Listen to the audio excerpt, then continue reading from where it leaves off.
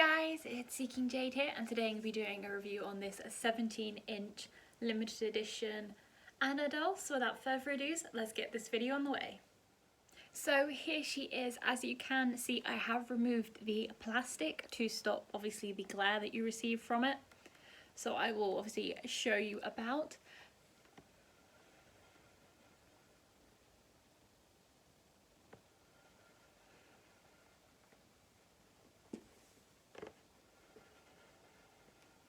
The one thing I do really quite like about this box is like the pink tones in it. It's ever so slightly metallic, so in the light you can just see it like shimmer, and obviously the leaves ever so slightly shimmer due to it being like a metallic sort of box. Obviously they're in a forest, so there's ferns, there's trees, there's obviously the leaves, and obviously the wind, and obviously there's this obviously a reason with the wind and the leaves, but obviously if people haven't watched it, I'm not going to say why, because obviously it can be slight spoilers, but it obviously is a little nod towards the film. Then obviously we have the blurb on the back in a pinkish sort of background, and I will read that to you. The Disney Store is proud to present this worldwide limited edition Anna doll. Bold, exuberant Anna is determined to stand by her sister's side no matter what. That is what she does when she teams up with Elsa to discover the source behind her sister's icy powers. In this moving story, Anna proves she is able to stand strong in the face of her fears, and her bravery is celebrated in this doll. She's dressed for a wintry journey in a richly embroidered dress and a lined cape with the delicate chain strap. A sculptured brooch, embroidered boots, and a belt complete Anna's outfit. Designed by Disney Store artists, this limited edition doll invokes Anna's courageous spirit. She is prepared to take Disney fans and collectors on an adventure of their own. Words for me today are not working. And obviously there is a ribbon so that you can sort of tie the box into place. We'll obviously tie the front to the back, because obviously they have redesigned and changed the boxes. They are now using the limited edition boxes which have a handle on it, so instead of the boxes being rectangular, they're more shaped, so they kind of give this sort of balcony vibe or feeling. Anna is one of 6,300, so she's kind of a fairly decently batch number, and I'm quite happy to finally have an Anna in my collection, because I've not only been overly keen on most of the limited edition Annas. Some of them I felt have looked a little bit derpy, so when I saw this one, when she looked a little mature, I was kind of like, I definitely want her. And I know they are soon releasing the sort of second wave of the Frozen 2 limited edition dolls, and I really want both of them. But I'm probably going to have to prioritise Elsa, because I have a feeling they're going to be really popular, and in Europe we've got a really small batch number, so I kind of want an Elsa to go with my Anna. So if I can get both, I will. If I can only get one, I'll just get Elsa to go with her. But anyway, that is not the point of this review, so let's get on with this review. So I thought I would quickly show you obviously the plastic casing. As you can see, it has obviously the trees and the ferns on the side, and obviously has the logo on it, and obviously has the sort of Anna, one of 600, I'm not working my words, 6,300, because I think in Europe we only got like 1,000 of these, and they didn't sell very well, so they did take a couple of months to sell. So I actually got mine for a Christmas present, which I'm very grateful for, because to finally have a Frozen limited edition doll. But anyway, as you can see, there is some, like, I don't know if it's going to pick up on the camera, but like indents in the plastic, but thankfully it's on the side, so it isn't that noticeable. But it's annoying, but it's not noticeable where it is on the sides. But I think if it was on the front, I'd be more annoyed. But anyway, let's get on with the doll. So I removed the front cover so I can give you a bit more of a close-up. As you can see, her background is kind of like a wintry forest scene. Have a little zoom up on her face. I do love her face so much. She's got such more of a mature face up now, and she has this gorgeous like pink eyeshadow which looks so gorgeous, and it works so, and it sort of contrasts what sort of ties in with her outfit, especially with the pink trim on her cape. She's got this sort of look of she's looking out into the unknown. She has a lovely pink lip, and she also has a spotting of freckles. And annoyingly, I don't know if you can see this, but right behind her jaw, she does have a couple of like dark marks.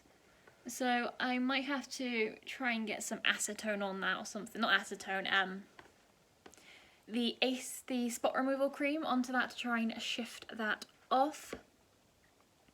She does have her bangs, and they're sort of, I think it's meant to be like a front fringe, but obviously part of it's like swept to one side, part of it's a little windswept. Her hair is sort of pinned to the side to give that impression of her hair being windswept, obviously blown off to the side. It is a little bit messy, as you can see. There's a couple of strands that are kind of popping out. It does seem to have a bit of a curl to it, and her hair is sort of oops, she nearly fell out on you then. Has some twists from the top, which then go into a can't really show, but obviously like a braid down to the back of her hair, so it pins it in. So it's sort of pinned back, so it's kind of slightly up, slightly down style. And then she has obviously her tunic, and there is, I don't know if you can see, if it's going to pick up, but there's like a loose yellow thread sticking out, so I'm going to have to like tuck that in or tuck it or cut it off. On her tunic, on the collar, it does have some embroidery in like a yellowy orangey thread with a little brown hint to it. She does have the brooch, but I do wish the brooch was a little bit smaller. I feel like it's quite big. Like, I feel like it's a little too big. I think if it was a little bit smaller, I think it'd be perfect. And then obviously on her tunic, it's like a black, it's not quite satin, it's not quite a soft fabric. I'm trying to think of what it is.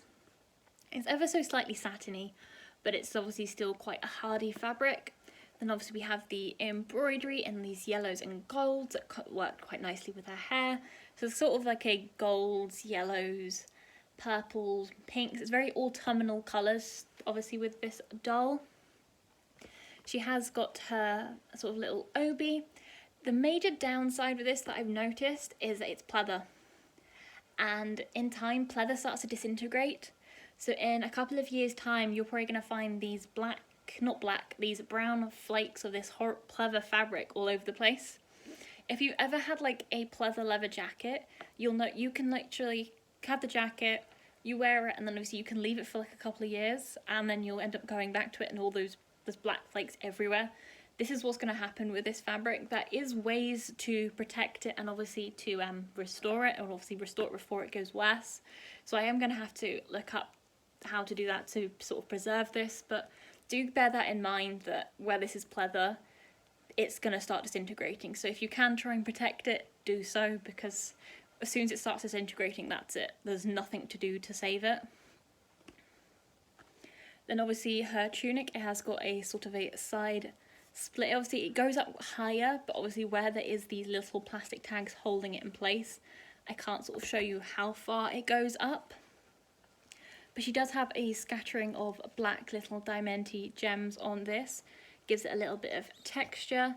Then there is some nice gold and bronzy embroidery with some gems that sort of contrast the two colours to give it a little bit of vibrancy. And then on the sleeves of her tunic, there is like a ribbon going down the centre with a brown painted on stripe, and there is some knotted embroidery. Then again, there is some embroidery on the cuffs of her sleeves that ties in with obviously the collar of her neck, with obviously these diamond patterns, and obviously with a little pop of pink. It does seem that they're going a lot with the embroideries, a lot of diamonds, so I think that's kind of like a little hinting at of the whole like plot line of these spirits, these like the whole like ice crystal-y shapes. I think that is maybe possibly a slight nod to that, but don't hold me to it. And obviously continuing, so obviously you can see she does have a metal chain for her cloak, so obviously you can take it off. There's a slight bit of elastic here, so you can pop it off and then you can take the cloak off of her. It does have a pink lining, and on the outside it is a purpley colour. And as you can see at the bottom of this, it does have again the, don't know, I'm trying to show you, sorry there. The embroidery with obviously the little black diamantes, and obviously this is all pinned in place, so that's why I'm finding it hard to obviously show you, because I'm not going to debox her, but obviously trying to show you as well as I can. So that the way that they have styled the doll is with her cape sort of billowing out a little bit, so it is to give that impression of her being in the wind, obviously into the unknown. And then obviously going down to her boots, I'm pretty sure Elsa and Anna do have the same boots, but they're just coloured differently. So obviously Elsa's are blue and obviously Anna's are a black. So it has got like this black colour, and then it does seem, I think it might be some dry brushing of a metallic paint. And then her soles are purple, so they do tie in with the cloak quite nicely. She does have these brown sort of pants. I would say it's kind of like a suede fabric. I don't think it's a real suede fabric, but it is a suede-esque fabric, which is quite nice because obviously suede fabrics can, especially in the colder weather, can be quite warm. So obviously where they're going into an autumny, wintry area, that does sort of tie in quite nicely because obviously you do need to wear nice warm clothes. And obviously the underlayer has this nice reddish colour. So I do like how they have lined it so that obviously if you do debox her, you do pose her about. So obviously her outfit is kind of made to be moved into the wind. It's meant to be warm, it's meant to have movement, it's meant to have flow. But all in all, I do really quite like this doll so much. I think she is so gorgeous. And I know with the singing doll, obviously I got her because I didn't think I would get hold of her. But thankfully, sadly these dolls weren't as popular as the previous Frozen dolls were. They did sell out in the end, but if they had sold out initially, I would have probably never gotten her. So due to people not overly being keen meant I managed to get her. So there are a couple of perks to that, but all in all, I do think she is really, really gorgeous. I know with the Frozen that there is a new hand mould, because normally they have open hands, and obviously she has a closed, clenched hand, which I know is obviously, again, a newer mould, a newer item added to the dolls, because obviously I know they are updating the dolls as they go along. But all in all, she is so, so, so gorgeous. Like all of the little details, obviously she needs a little bit of fixing up, but obviously that is always going to be ever so slight manufacturing faults, which again can be annoying, but obviously is understandable. Manufacturing faults do happen, so with a little fixing up here or there she will be fine. But I am quite happy to add Anna to my collection, and obviously I'm going to try and get Elsa, so fingers crossed I'll get the Snow Queen Elsa, then I can have Elsa and Anna together and be quite happy that I have both of them in my collection. But anyway guys, thank you so much for watching my review.